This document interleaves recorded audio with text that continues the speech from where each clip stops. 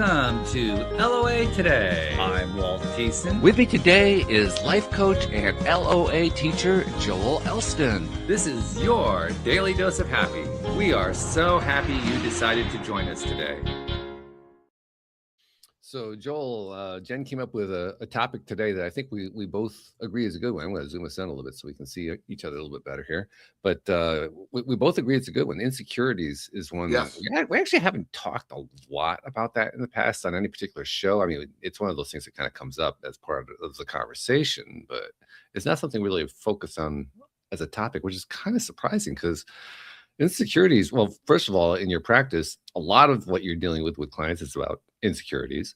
And then just take it out into the broader real world. Insecurities are what we deal with every single day.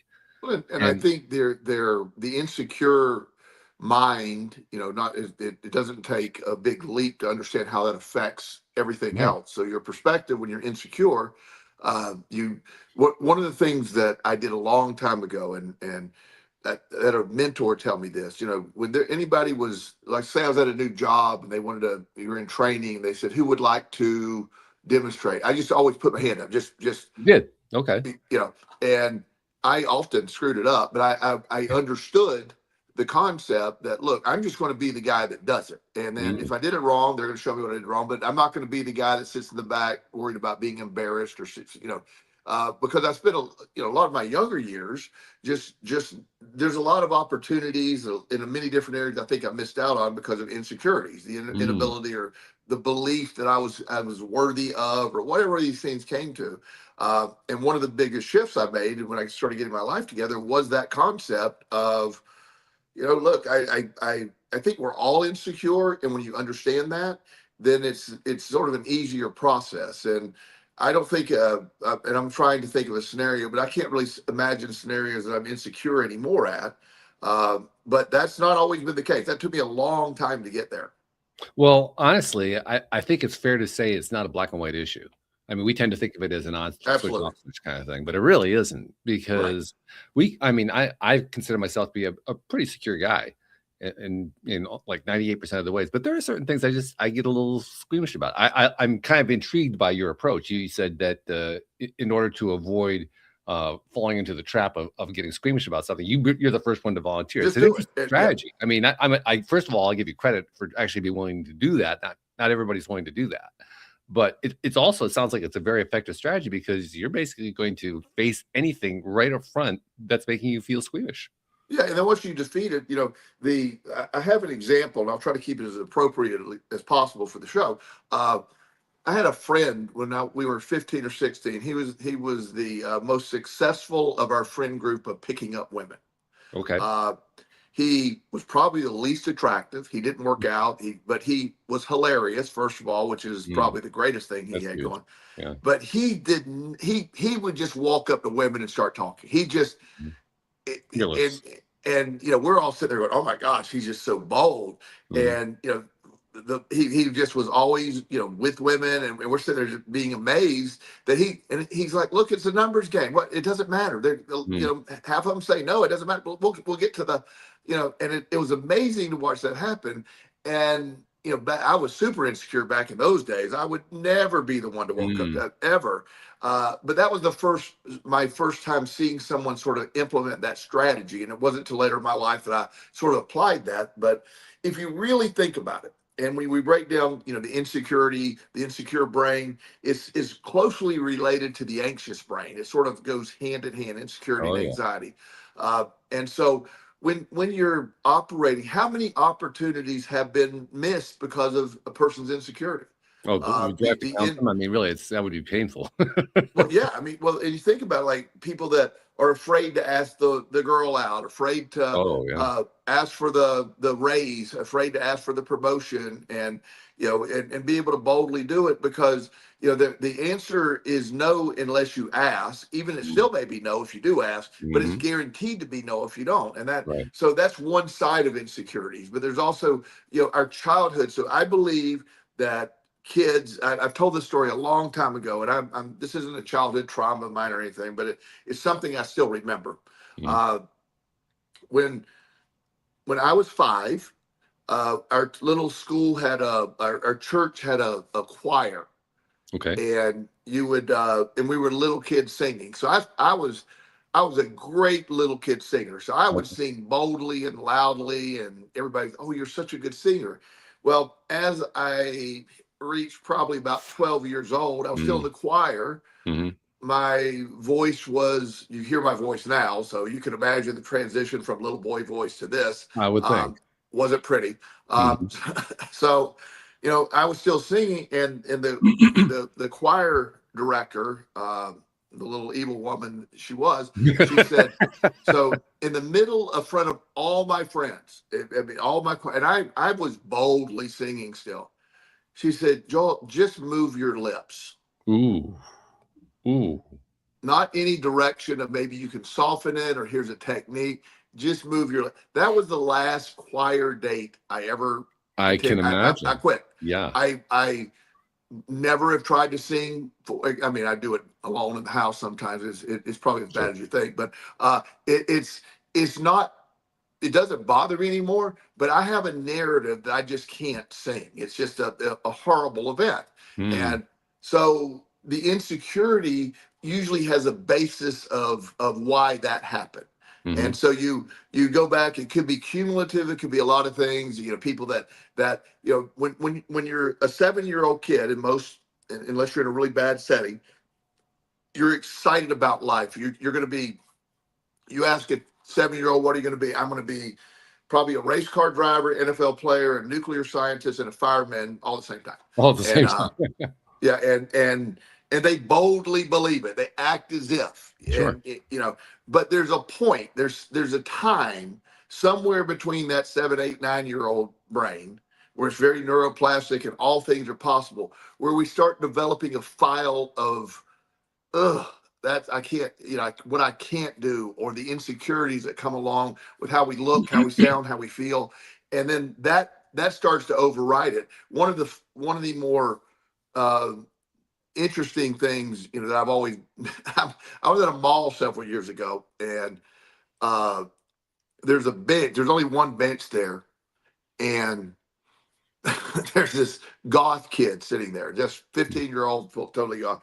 So I'm sitting on the other bench, and the dude totally is just full blown goth, And so I go, hey, what's up? Just looked at him. He sort of shrugged. And I go, oh man, that's a unique outfit. I mean, so you're rebelling against society by doing what everybody else that rebels against society does and dress in black. That's pretty interesting. And I just tried to get a rise out of it. And I said, so do you know what happened? And he goes, huh? I said, I'm a therapist, a life coach. I just like to know what happened, because somewhere between what's probably a cool little boy and this version of yourself, there's something that happened that makes this seem reasonable to you. He got up and walked off. So there's no clarity to that. But the point, it would be a good story if something came out of it, but it didn't. But you see that when you see somebody like that, or I don't judge anyone. In fact, I'm in the middle of getting a new tattoo in honor of my son TJ, so I'm not against tattoos. But if you see somebody that's tattooed all over their face and things, it's a style, but there's usually something insecure behind all that at some point too. An interesting point. And it raises the question, at what point have you, as an individual, crossed the line where you are dealing with insecurity rather than telling a story about yourself if you get a tattoo? Yeah. And that's that. But I think that's as you were saying, it's very nuanced. And not everybody that has tattoos all over the place are insecure. Tattoos are addicting. I mean, once you start getting them, it's like, I need some more. And I've noticed that. Yeah, I'm not a tattoo guy, but I mean, you can just see it with people, because all they have to do is have one, and then they got to have two. Yeah, I had a Superman tattoo that I don't really remember getting when I was 18 in Florida. Okay, one of those. yeah. But so a few months ago, I had this trust fund for TJ. My son had passed away, and he's been dead for a while. And so I have never dissolved this trust because I just didn't want to deal with it. All these years, yeah, okay. And so every year I get dinged by the IRS for a little bit of money because I had to dissolve the trust. So I got the file out, and about a month or two before TJ died, he had sent me this full arm sleeve tattoo. He asked me if I would get that for him. And I told him that could be his Christmas present. Oh, okay.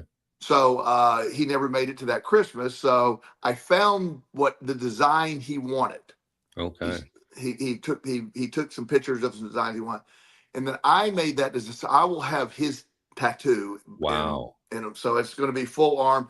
It's partially done right now. We're working on it, but it's cool. So but so there, this is an insecurity. I'm a 64-year-old man getting tattooed. So it's not it's something that I'm doing in honor of my son. And it's an interesting analogy to draw.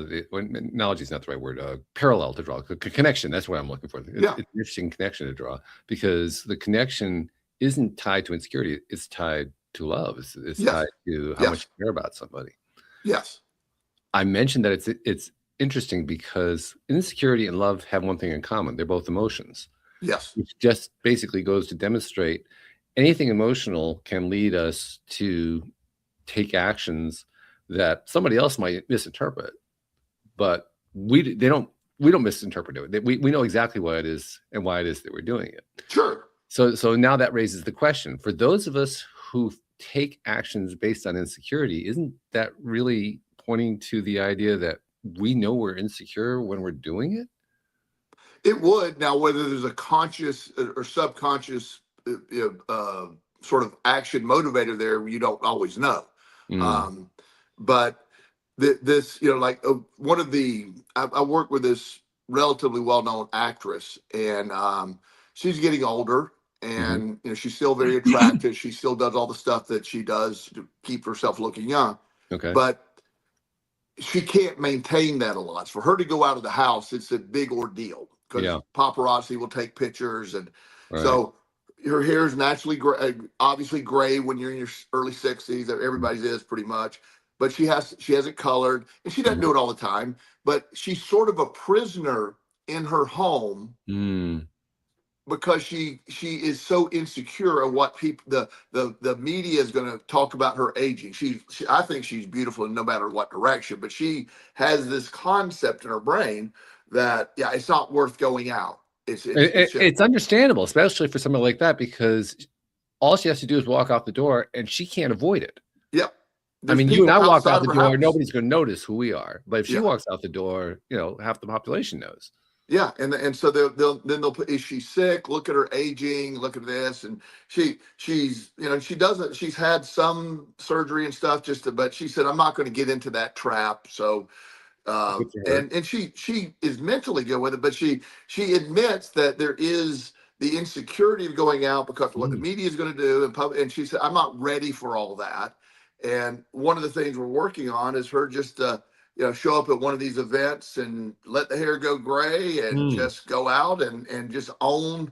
She's an incredible actress regardless of her look. She's but that's what we're working on. So she'll get there, but she's been it's just so much work, she said, to go out, and and when she does, she gets a lot of pictures taken. Everybody looks how gorgeous she looks still.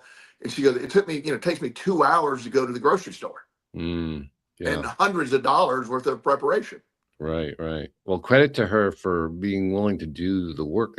That's hard work, especially for somebody in her place, to get to the point where she feels she can confidently make that change. Because it's going to get noticed. She can't avoid that, and yet she's trying to find a way to really face up to it and just be okay with it. That's what she wants to do. She wants to go to one of these events and just go and let the hair go gray.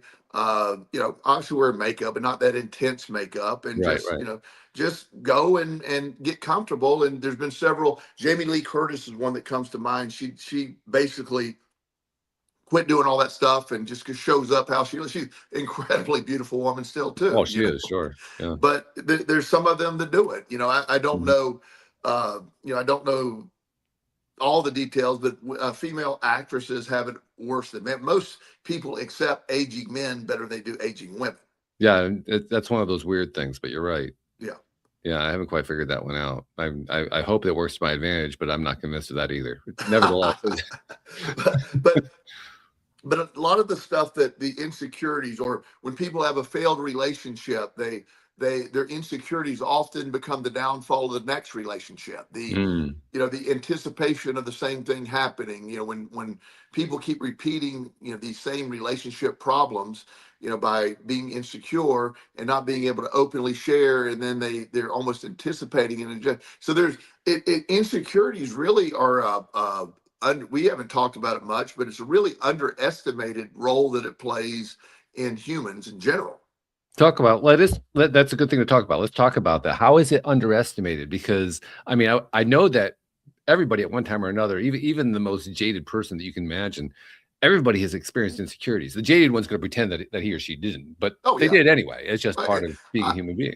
Everybody I know and worked with hundreds of thousands of people over the years, and I worked with some super famous people. They're shockingly as insecure as we are. And, amazing, yeah, right. Yeah, and but none of them would. I know NFL players that you would think, oh my God, that dude is not insecure at all, but he's horribly insecure.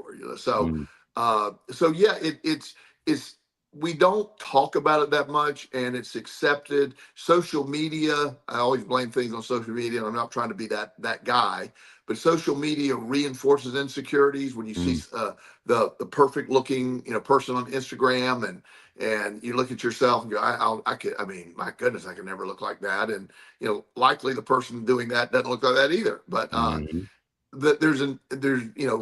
it affects young people in a different way. So there's more insecurities being talked about, but I don't know if we realize just how it's become. It's one of those things that's become much worse. And I have a hypothesis on this. So back in the Depression, let's say go way back to the 1930s or whatever that was. You're going to die basically if you got to go to work. You don't have makeup, you don't have shoes. It's just you got to survive. Yeah. And then as we become more, have more free time and more affluence and all that, you then get focused. Then you're focused on survival. Now you're just focused on the ridiculousness often, and so we almost have too much free time, too much, things that are we're focused on the wrong things. So insecurities then can play over. You don't have as much time. You have too much time when you start thinking about what other people think, or what other, am I insecure with this? And I think it's gotten a lot worse over the years. Worse in what way? Worse because again, in 1945, I wasn't there, by the way, but from what I've heard, from what I've heard, I love it. Yeah, from what I heard, a lot of people sort of report that post World War II is one of the best times in our country, according to people that lived through that. I don't know if it's true or not, but it's well, it's according to certain historians of the time. I'm not so sure that they're accurate, but I have read, historians have written that. Yes. Yeah. No, and so that's a perspective for many people. So a lot of it then, it was like, these were great times. That's when people started dressing up, and fashion started, the different dances in the 50s, and the Beatles came along, and the 60s, all that. And there were a lot of things growing really fast. That was a rapid time of change in our country. Very rapid. And especially the 60s. Yeah. Yeah. And so things, a lot of that happened. So the people that grew up in, the conventional, you will believe this way, United States of America is the absolute best country, God bless America, you do these things. And then people started coming along going, I don't know if I believe that all the time. I don't know if we're this, that, and the other. And the counterculture came along, and then there was big fights over that. And so I think as we have gone on, our focus on what was important has drastically changed, because there's so many things to it. When again, not trying to play the really old dude here, when I was younger, you had the local, UHF channel, whatever that was, and you had ABC, NBC, and CBS. Yeah, 4 TV channels. Yeah, and then Fox came rumbling along somewhere along there too, and then cable's TBS, that it started growing. But back then, you watched one of those TV stations, you didn't watch anything. Exactly. Yeah, which means that when we were those of us who lived through that period, now, like you, I lived in that period as well. It's one of the reasons why I don't really consider that 40s, 50s, early 60s period to be idyllic, because everything I know about it tells me that the entire society was insecurity driven. I mean, talk about insecurities. First of all, it was the Cold War, so that was like Cold War. Yeah. But even on the more local level, I mean, it was a heavily male-dominated society, and in that heavily male-dominated society, first of all, there was tremendous insecurity if you weren't male, white male specifically, and if you were white male, there was also insecurity on that side because it was all on your shoulders. Yeah. So the insecurity was all over the place, and it showed up in so many different ways. It shows up. Well, we all know the larger storylines, you know, the racism and the wars and all that kind of stuff. It showed up in those ways, but it also showed up in smaller ways. It showed up in there's a scene from the movie series. Everybody knows about Harry Potter, and there were the 8 movies of the Harry Potter series and so forth. After that, there was a 3-part series called Fantastic Beasts and Where to Find Them. It didn't get as much play, but it was another J.K. Rowling. And there's one particular scene in I think it was the first of the 3 movies, where one of the characters who's playing a witch, she encounters a warlock or a wizard, I guess that's the way they would describe it. They're a wizard in the American version of the Ministry of Magic. That's the basic idea of the whole Harry Potter world. And this guy, now the time period is roughly mid-1930s, something like that, so middle of the Depression. And this guy is basically playing a male role from that era. Now this guy is in his 20s. He's not a top person. He's got he's like a lower level management kind of person. You get that sense just from seeing him. And the witch is trying to distract his attention because she's trying to exit the building quickly. There's a whole reason why she has to exit the building quickly, and she doesn't want him to know about that. So she's carrying a suitcase. And of course, in the magical world, everything is magical, including the suitcases. She's carrying actually human beings in the suitcase, and it all makes sense from a magical perspective. But she doesn't want him to know that. And she just wants to cart the suitcase out of there.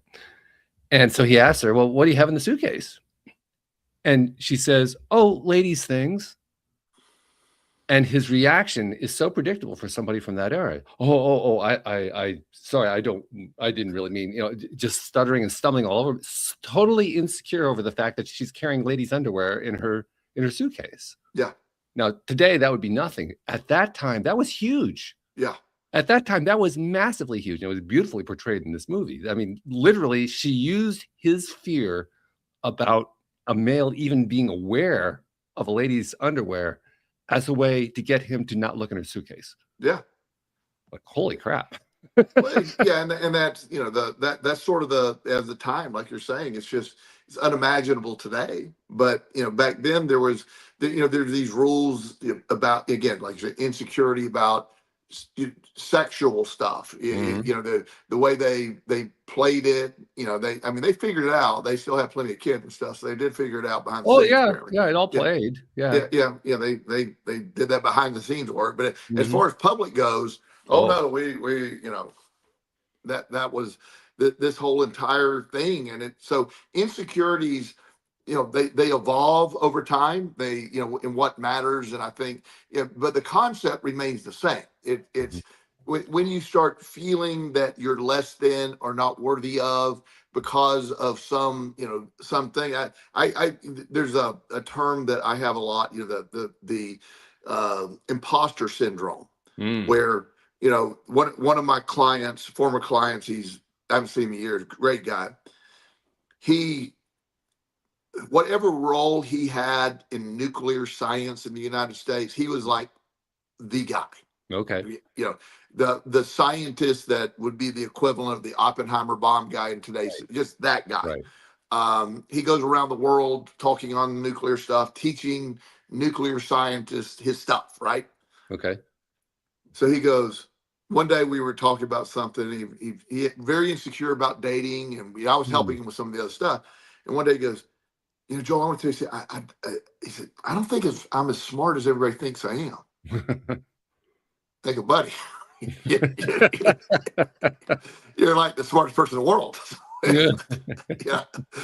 But even him, my point, even him, Mm. It had this idea like, yeah, but sometimes I just feel like I'm just like, and he probably was very autistic. He said that. He said he's very, narrow-minded, but he wasn't great in other areas. But as far as, you can't call him dumb. I mean, Oh yeah. he didn't write things down. He calculated nuclear equations in his In head, his head, yeah. Yeah. which, you know, Mind blowing. so, but yet he was still insecure in the other areas. So Mhm. it isn't like there's, anybody else would just go, whatever, how you say that. But so I think it applies to everybody at some point. And I think and that's why I've always used that in the last several years. Being authentic, being able to, I've really gotten to a place, mainly not only my law of attraction stuff, but my stoicism beliefs. Mm. I can't identify any insecurities right now, but I truly don't believe I have many. If there are, I can't say, you can never say none, but really I don't operate in an orbit where that matters anymore.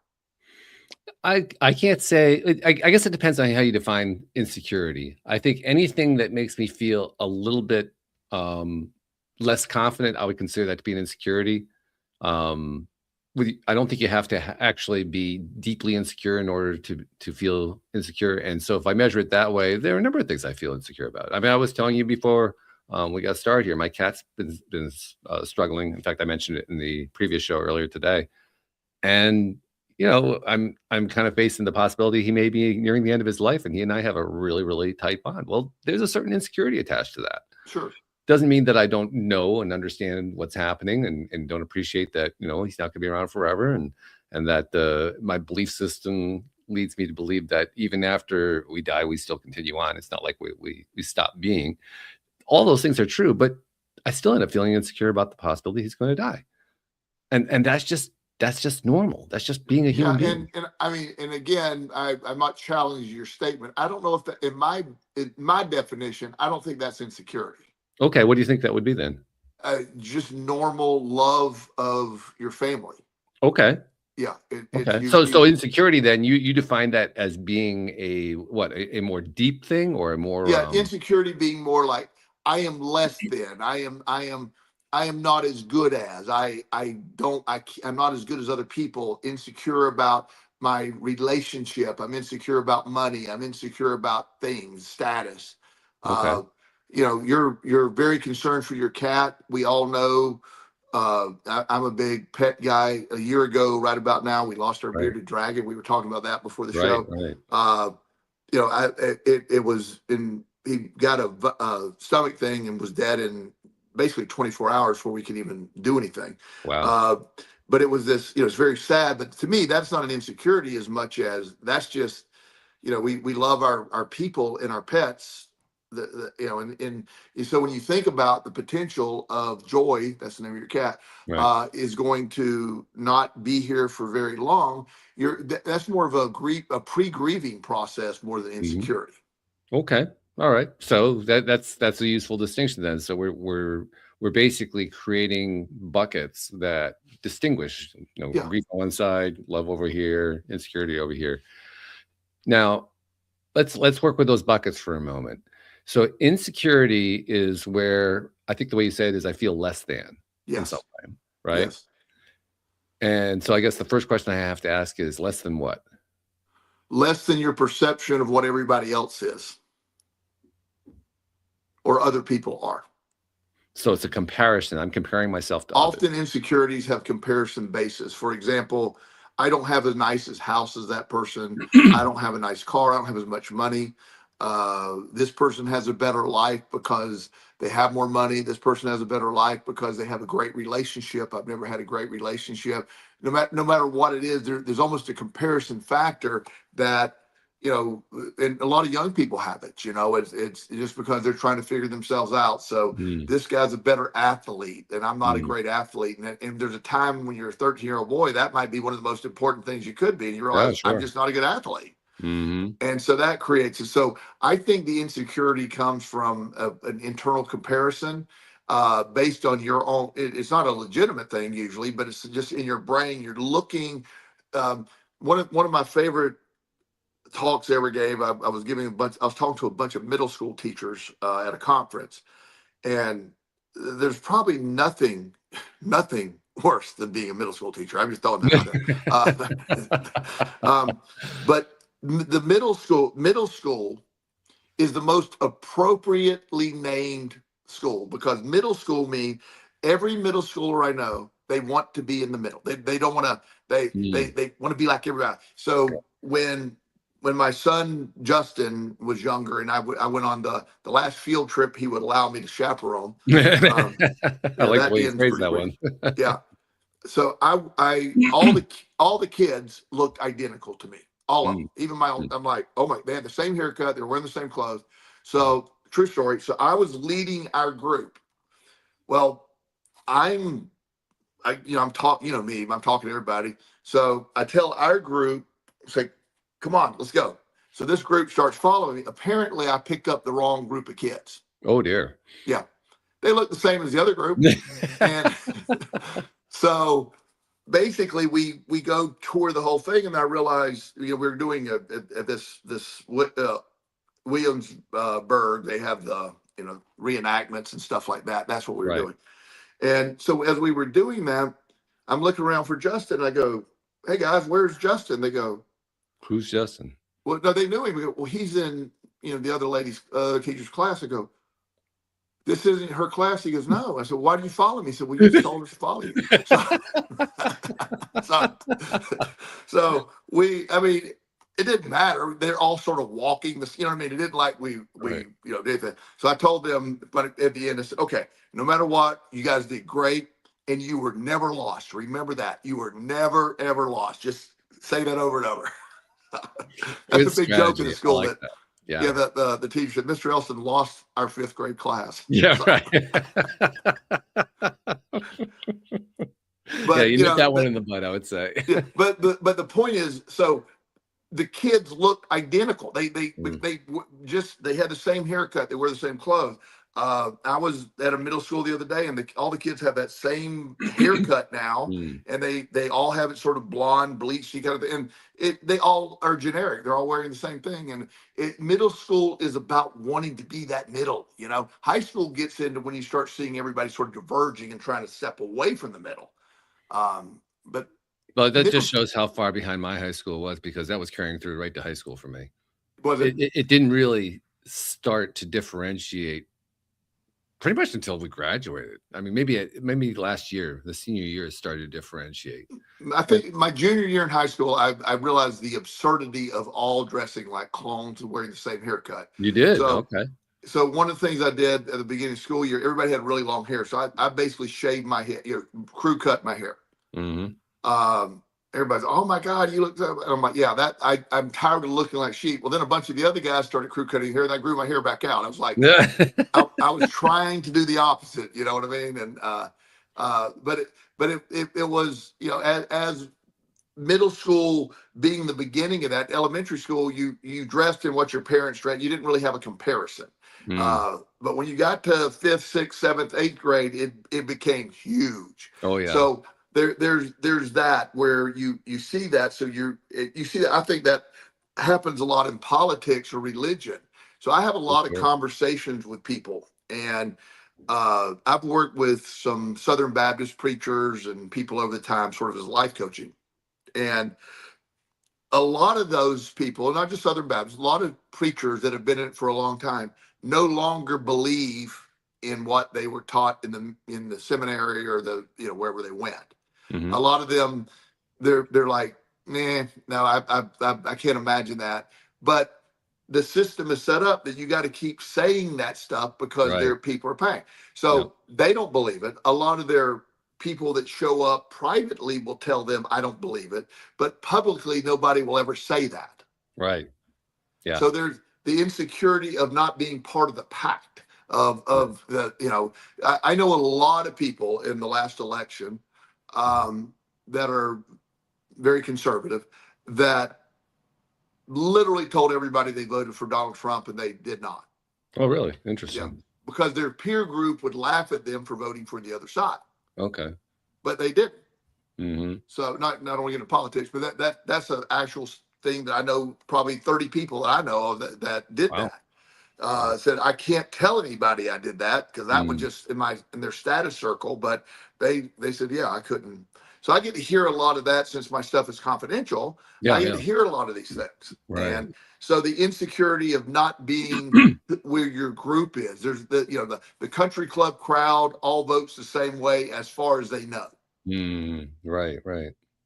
And yeah, we're going to avoid the political conversation, but I can tell you there'd be a really interesting conversation to have there because there's so many political angles that's really interesting about that. But we're not going to go there. No, I can't. What I do want to go to is how it is that we have a number of different, I'll call them institutions, societal situations. You mentioned religion, you mentioned politics. There's two of them, but there are a lot of them, not just those two, where there's a crumbling effect going on.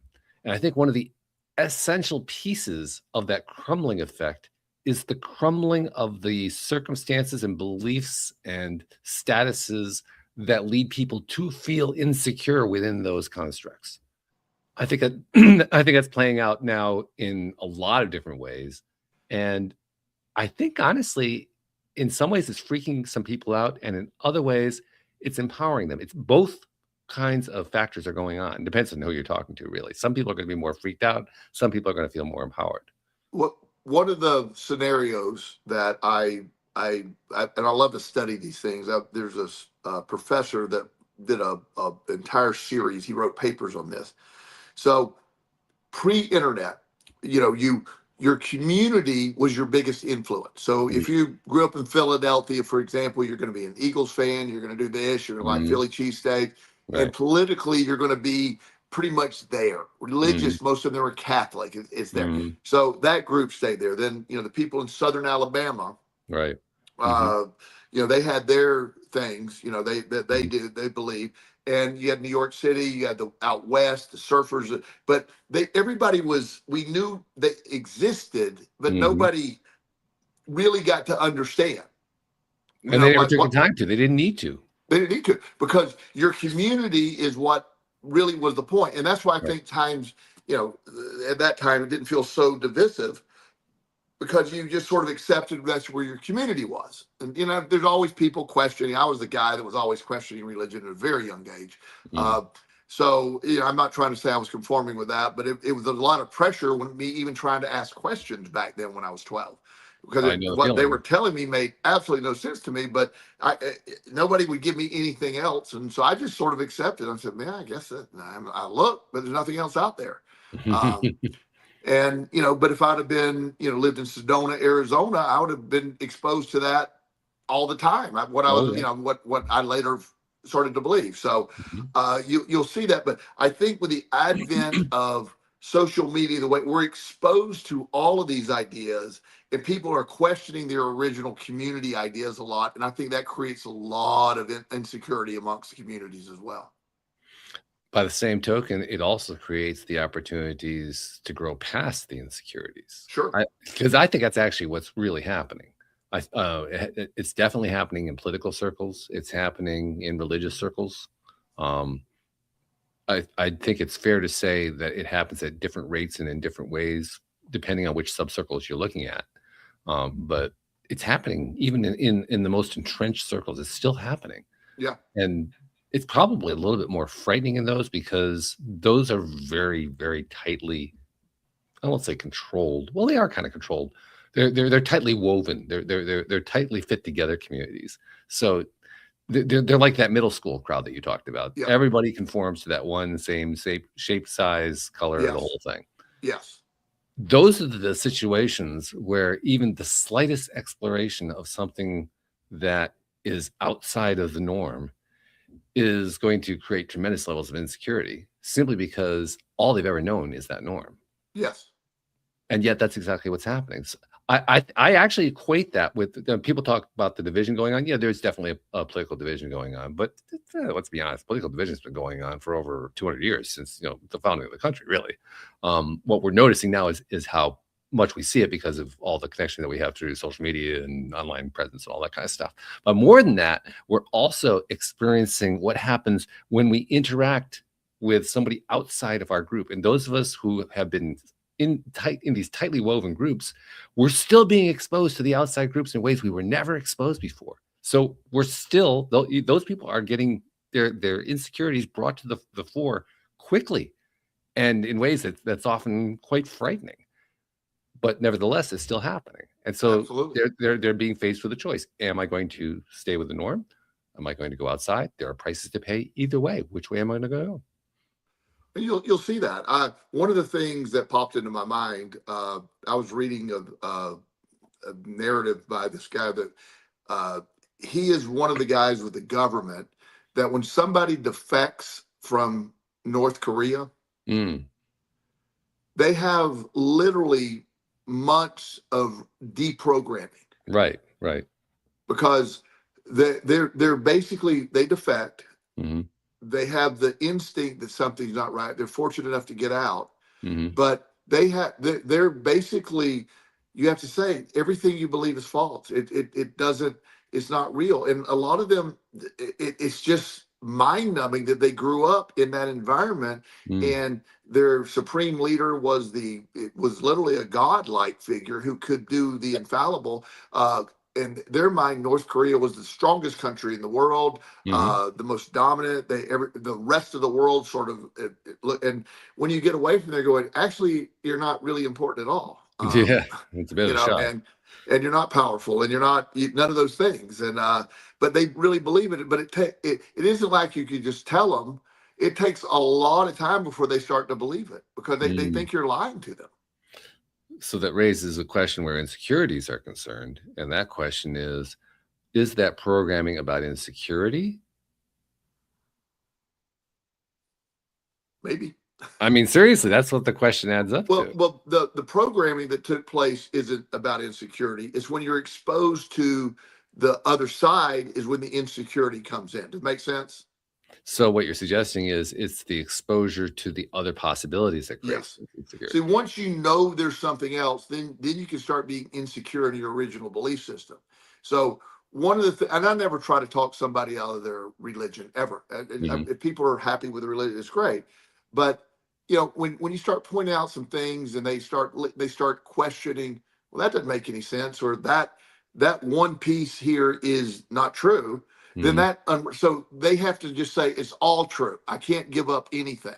You know, one of the things that I have done with people is not to antagonize them. Maybe it is to antagonize them, but I don't mean to. Well, I mean, you're allowed to enjoy certain things in life. So and again, I'm not attacking any religion, but Noah's Ark, for example. So my question right off the bat is, how do the penguins get to the Middle East? I love that one. That's a great question. Yeah.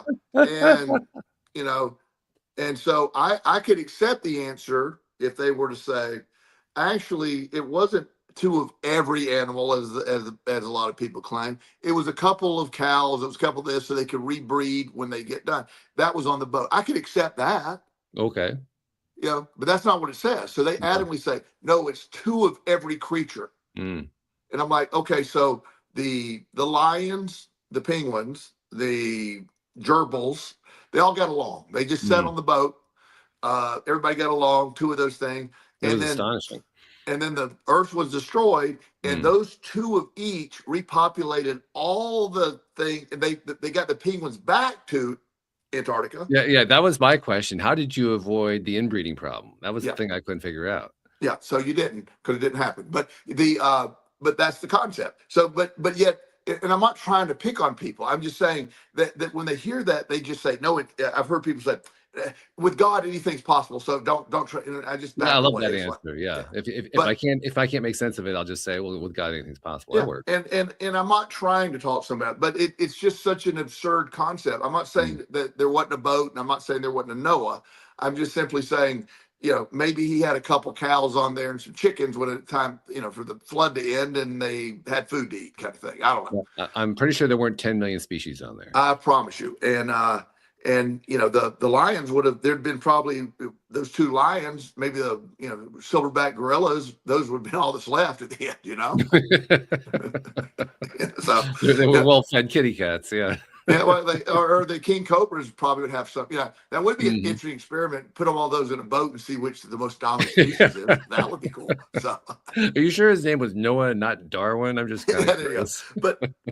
But really, so when I feel when your belief system can be challenged, there's an insecurity in that. I Mm, think there's anything that takes you out when you grow up and you here's a weird one. It's not even a real big one. When I was a little boy, my dad, I always viewed him as a superhero. He was just mm. infallible in my mind. He's a great guy. And when I was about 14 or 15, we had this. My we were notorious for getting these gigantic Christmas trees. We had a Oh, okay. 20-foot vaulted ceiling, so we would get these 20-foot Christmas trees. Wow.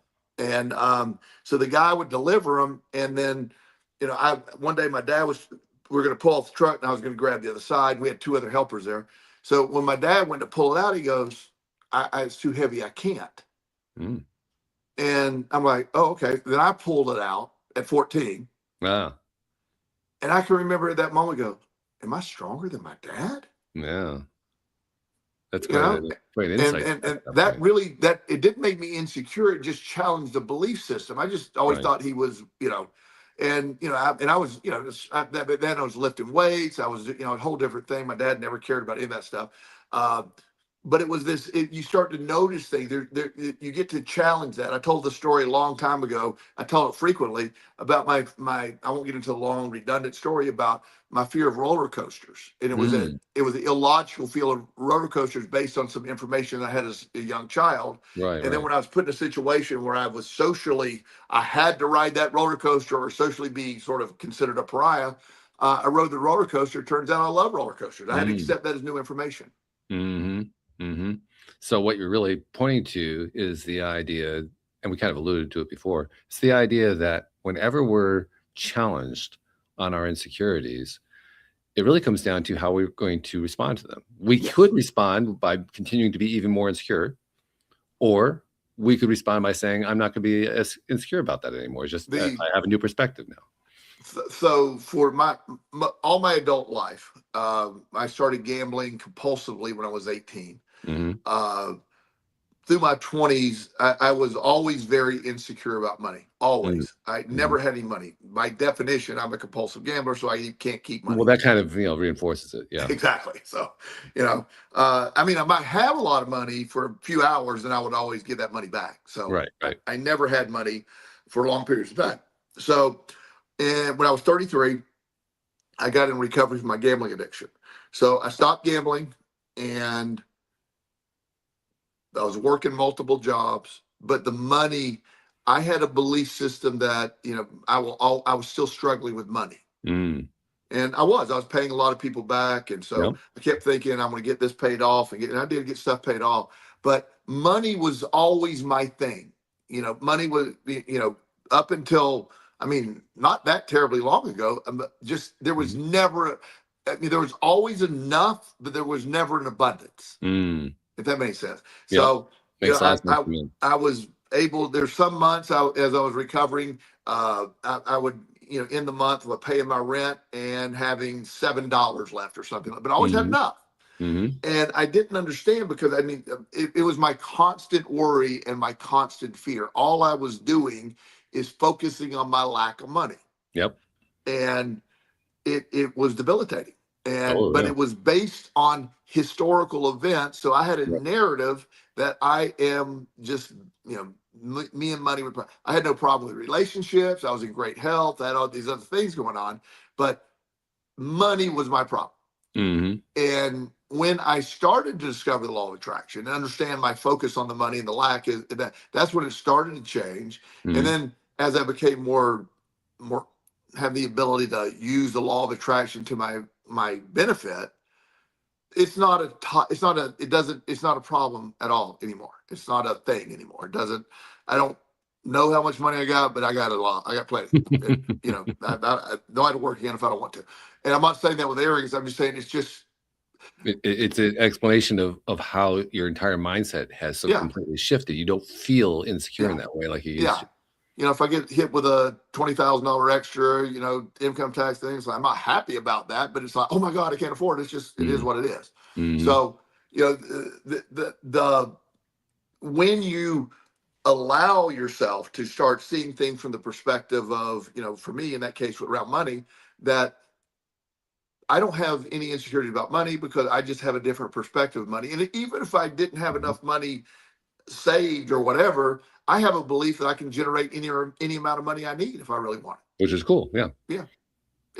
And it's also a what's the word I'm looking for? It's an outgrowth. It's an outgrowth of all of the opportunities that you gave yourself to overcome insecurities. I mean, you told us earlier in the program how if you were if you were in an audience and someone was calling for somebody to come up to do something, you'd be the first one to volunteer because you wanted to overcome insecurities.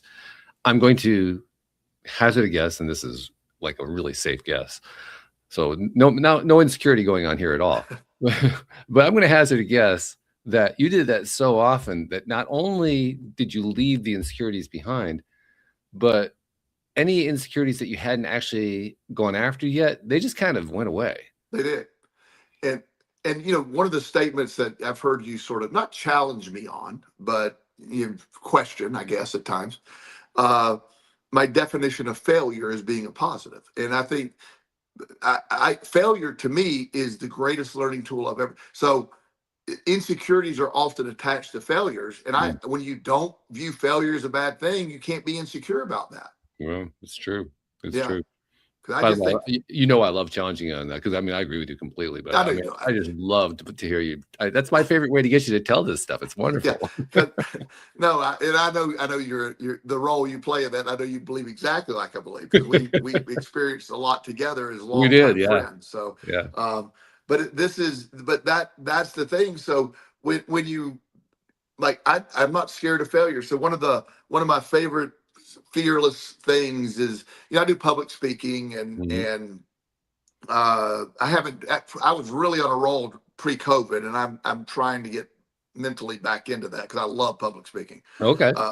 So COVID shut I had 3 events that were in 2020, they got shut down. So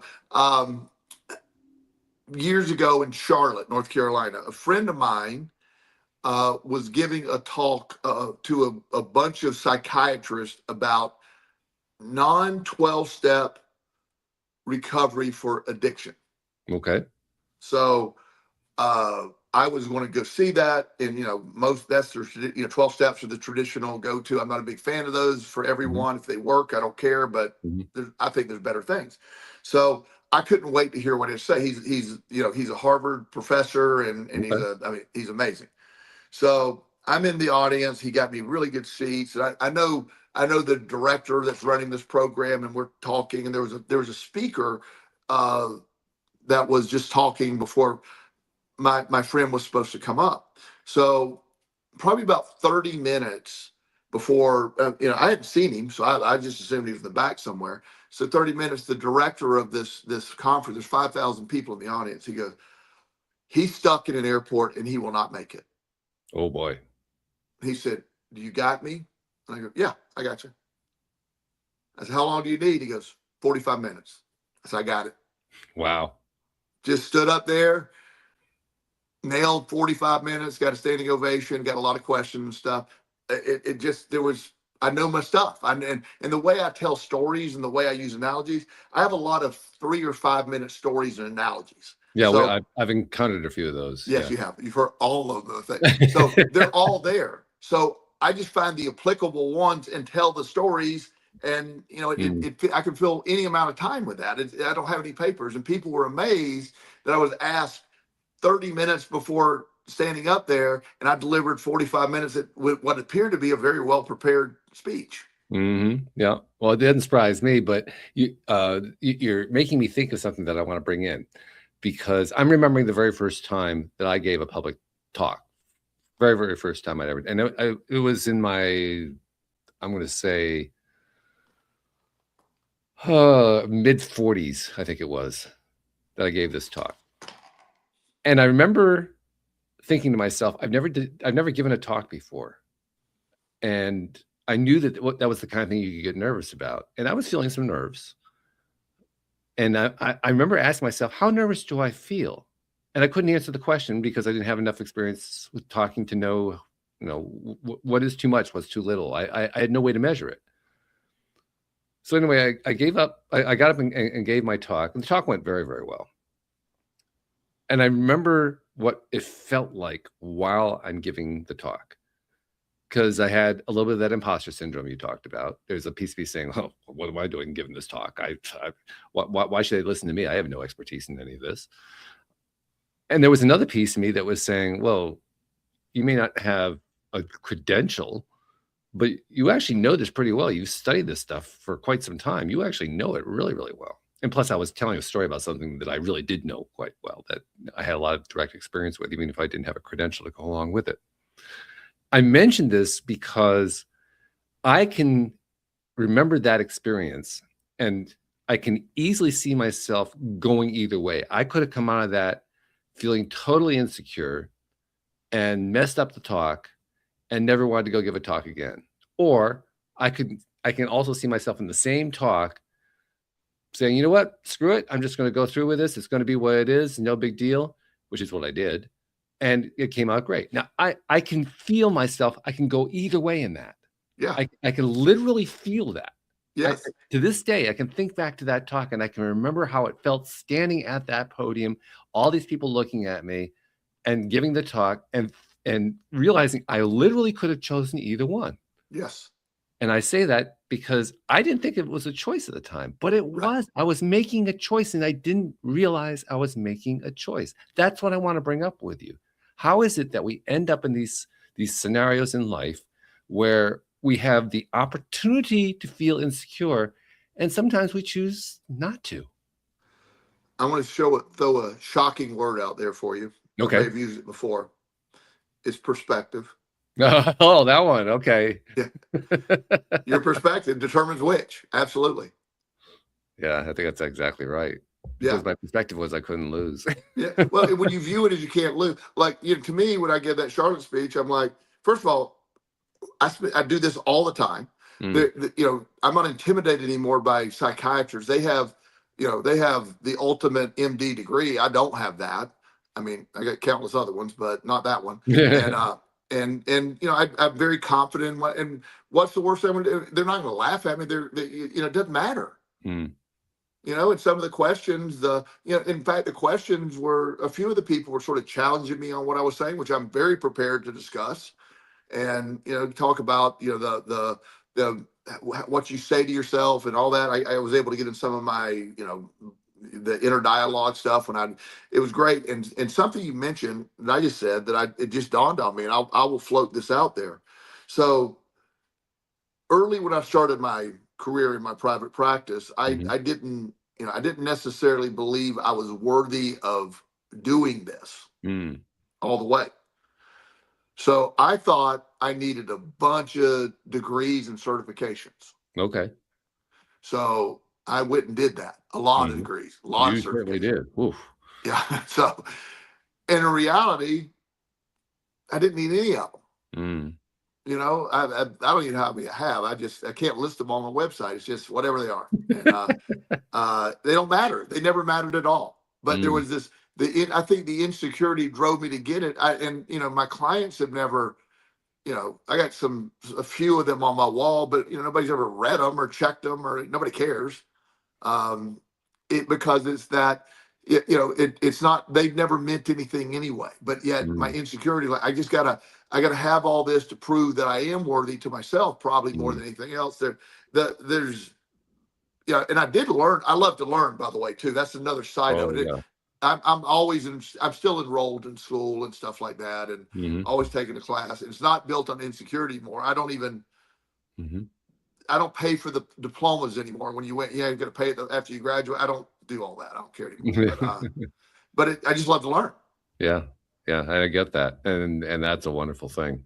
It does kind of zero in, though, on the core question about how these insecurities come about and how we overcome them. I think you were hitting the nail right on the head when you talked about how it's perspective. Perspective is how we are able to either choose to not be insecure, or to choose insecurity, because we do choose insecurity. Well, I mean, that's something we kind of skim over, but we actually choose that. Yeah. Well, I always believe perspective is everything, and how you view something is how you respond to it.